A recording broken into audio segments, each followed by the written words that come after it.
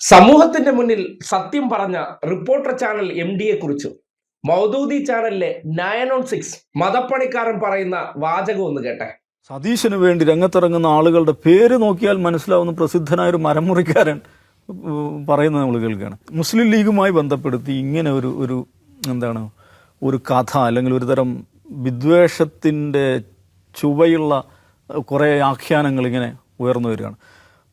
മുസ്ലിം league ഉപമുഖ്യമന്ത്രി സ്ഥാനം ചോദിക്കാൻ വേണ്ടിയിട്ടാണ്, ഉപമുഖ്യമന്ത്രി സ്ഥാനം എടുക്കാൻ വേണ്ടിയാണ് ഇത് ചെയ്യുന്നത്.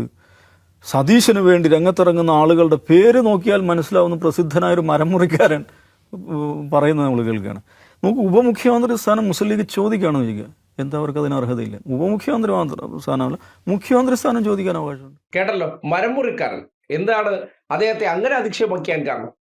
അതായത് ഞങ്ങൾ സതീശന് വേണ്ടി ചെയ്ത മതപ്പണി, ആ മതപ്പണിയെക്കുറിച്ച് സമൂഹത്തിന്റെ മുന്നിൽ കൃത്യമായി പറഞ്ഞു കൊടുക്കുകയാണ് റിപ്പോർട്ടർ ചാനലിലെ MD ആയിട്ടുള്ള ആൻഡോ. അതായത് സതീശന്റെ പിന്നിൽ അണിനിരക്കുന്നവർ, സതീശന് വേണ്ടി തെരുവിലിറങ്ങുന്നവർ, സതീശന്റെ ഒപ്പം നിൽക്കുന്നവരെ എല്ലാം എടുത്തൊന്ന് പരിശോധിച്ചാൽ, അല്ലെങ്കിൽ അദ്ദേഹത്തിന് സോഷ്യൽ മീഡിയയിൽ നടത്തുന്ന പിന്തുണ പേരുകൾ എടുത്തു നോക്കിയാൽ അതിന്റെ പിന്നിൽ മൗദൂദികളാണ്, ജമാഅത്ത് ഇസ്ലാമി ആണെന്നുള്ള കാര്യം ഈ നാട്ടിൽ അരിയാഹാരം കഴിക്കുന്ന ആർക്കും മനസ്സിലാകും. അങ്ങനെ പച്ച വർഗീയതയിലൂടെ അങ്ങനെ മുഖ്യമന്ത്രി കസേര മോഹിച്ച അതിതീവ്ര സ്ഥാനമോഹിയായ ഒരു വ്യക്തിയെ ആ സ്ഥാനത്ത് എത്തിച്ചതിന് പിന്നിൽ കളിച്ച കളിയെക്കുറിച്ച് ഒരു വ്യക്തി സമൂഹത്തോട് പറഞ്ഞു.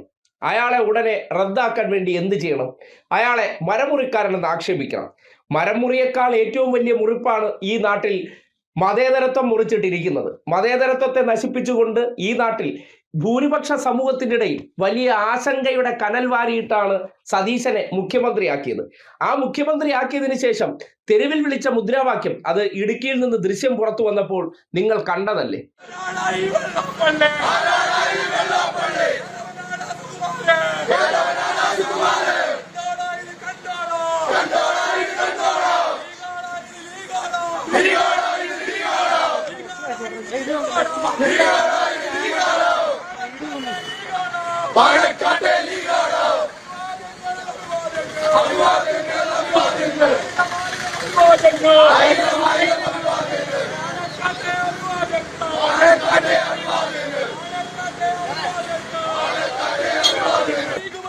കേരള